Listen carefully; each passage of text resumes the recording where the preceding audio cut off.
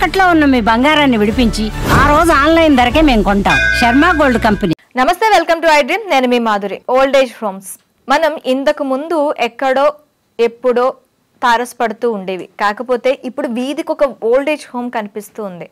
ఈ old age homes ఉండటానికి కొంత తల్లిదండ్రులకి అక్కడ ఉపశమనం లభిస్తుంది అన్నప్పటికీ చాలా దీంట్లో కూడాను బాధపడాల్సిన సిచ్యువేషన్స్ కూడా ఉన్నాయి. మనం ఓల్డ్ ఏజ్ హోమ్స్ని పెట్టుకోవటం సంతోషించాలా లేకపోతే దాన్ని చూసి బాధపడాలా తెలియని సిచ్యువేషన్స్లో ఇప్పుడు మనం ఉన్నాం. ఈ ఓల్డ్ ఏజ్ హోమ్స్ ఎవరికి కావాలి తెలుసుకుందాం. మనతో పాటు విజయ బంగారు గారు ఉన్నారు, motivational speaker and language trainer. తనని అడిగి డీటెయిల్గా తెలుసుకుందాం. హలో అమ్మా. హలో అమ్మా, మనకి ఓల్డ్ ఏజ్ హోమ్స్ ఇంతకుముందు ఎక్కడో ఎప్పుడో చూసేవాళ్ళం. అవును, ఏవో అక్కడ కూడా మంచి ఫెసిలిటీస్ ఏమి ఉండేవి కాదు. ఇప్పుడు 5 స్టార్ రేంజ్ ఫెసిలిటీస్తో ఓల్డ్ ఏజ్ హోమ్స్ ప్రతి వీధికి ఒకటి వెలుస్తూ ఉంది.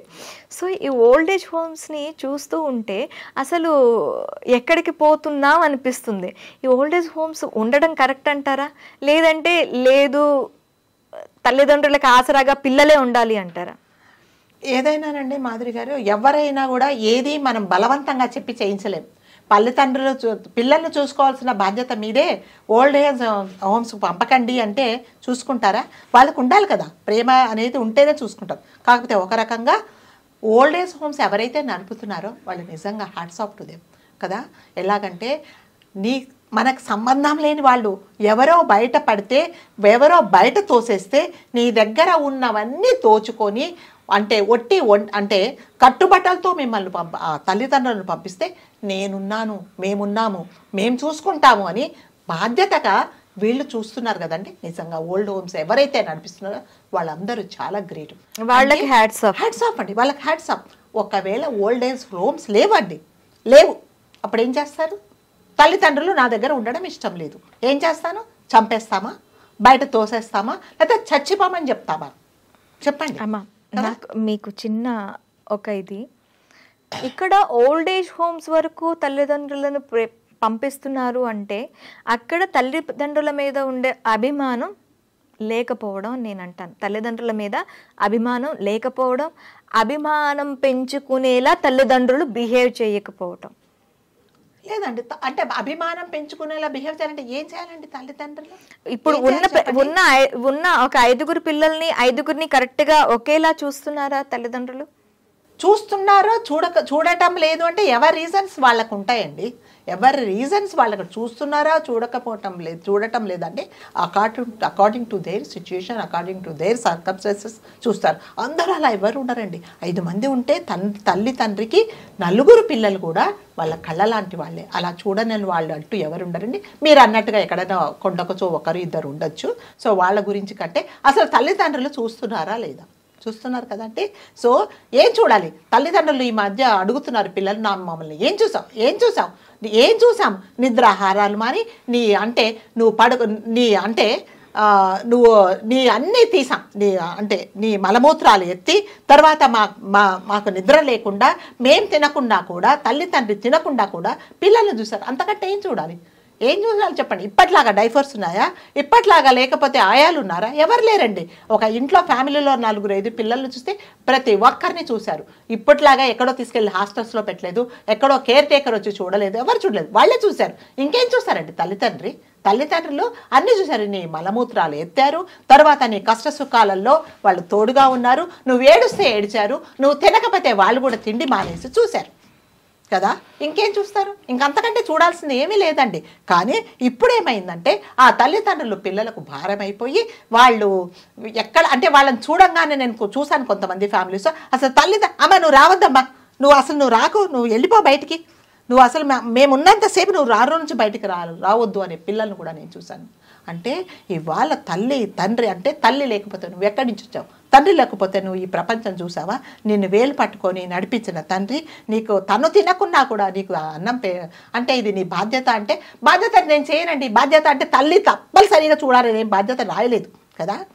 ఉందా? అక్కడ ఏం లేదు, నేను చూడను, నేను నేను కన్నాను పారేశానని కొంతమంది తల్లిదండ్రులు కూడా అలా అంటే అలా వాళ్ళ గురించి అలాంటి వాళ్ళకి అనాథాశ్రమాలు ఉన్నాయి అంత ఉన్నాయి కదా. సో అలాంటప్పుడు ఇంకా ఏం చూసావు, నాకు ఏం చూసావు అని అంటే ఏం చూడాలి, నీకు చూసినవన్నీ చూశారు. ఇవాళ ఏంటంటే తల్లిదండ్రులు వీళ్ళకు కాళ్ళకు అడ్డం వస్తున్నట్టు. అంటే మీరు అన్నట్టుగా తల్లిదండ్రి అంటే ఒక ఏజ్ వచ్చిన తర్వాత చంటి పిల్లలు పెద్దవాళ్ళు ఒకటే అండి. ఒక ఏజ్ వచ్చిన తర్వాత చెప్పిందే చెప్తారు, చేసిందే చేస్తారు, అన్నిట్లో ఇంటర్ఫియర్ అవుతారు. ఏంటన్నా మందులు వేసుకున్నావా, ఆఫీస్ నుంచి లేటుకు వచ్చావా అని అడుగుతారు. అది వీళ్ళకి చిరాకు. నీకెందుకమ్మా, తల్లి కదా అందుకనే అడుగుతుంది, నీ పక్క వాళ్ళు వచ్చి నేను అడగట్లేదు, దానికి కూడా నీకు చిరాకే. అన్నం తిని వెళ్ళు అంటే చిరాకే. ఏంటన్నా ఈరోజు లేటుగా వచ్చావు, పని ఉండిందంట, అబ్బా ఇప్పుడు అలసిపోయాను మళ్ళీ నువ్వేంటి అని మాట్లాడుతున్నా. అంటే తల్లి తండ్రి ఇంటర్ఫియరెన్స్ ఈ పిల్లలకు అసలు అవసరం లేకుండా పోయింది.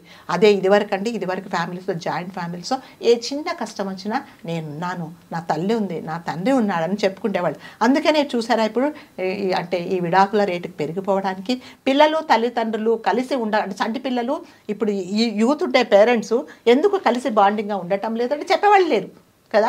తల్లి అంతకు తల్లి బిజీ, తండ్రి అంతకు తండ్రి బిజీ.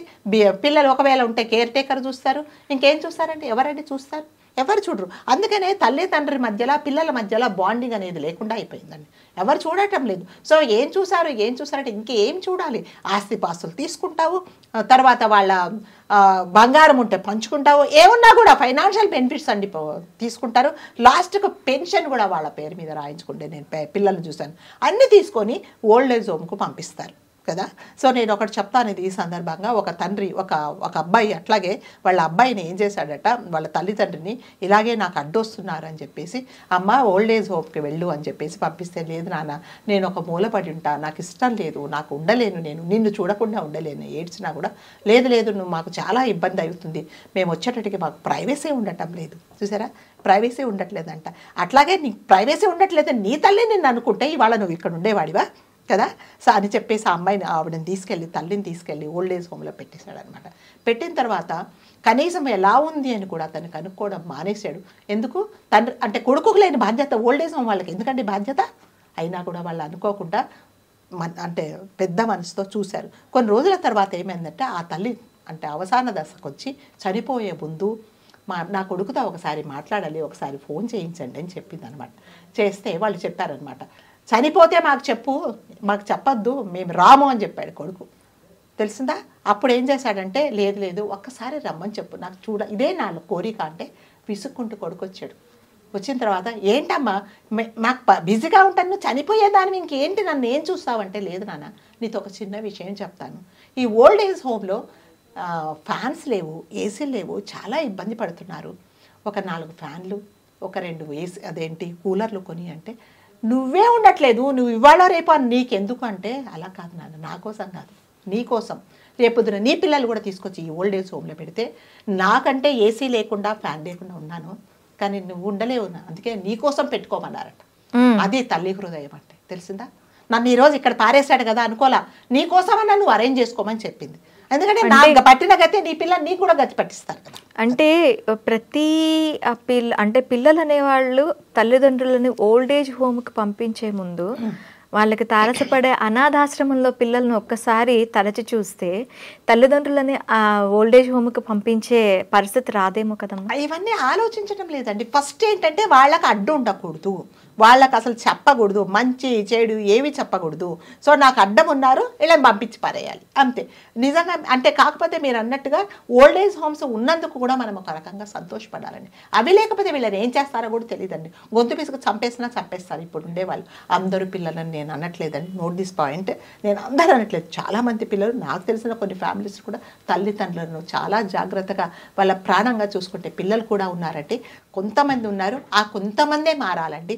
లేకపోతే మీ బాధ్యత లేకుండా మీరన్నీ వాళ్ళ తల్లిదండ్రులవన్నీ అనుభవించి మీరు బయటకు తోసేస్తే ఏమీ లేని క్షణాల్లో అంటే వాళ్ళు దిక్కుతోచని పరిస్థితులలో ఓల్డేజ్కి పంపిస్తే వాళ్ళు వాళ్ళ పిల్లల్లాగా చూస్తున్నారు అనుకుంటే వాళ్ళకి మనం దండం పెట్టాలి. అందుకని ఓల్డ్ ఏజ్ హోమ్స్ ఉన్నందుకు ఒక రకంగా సంతోషపడాలి.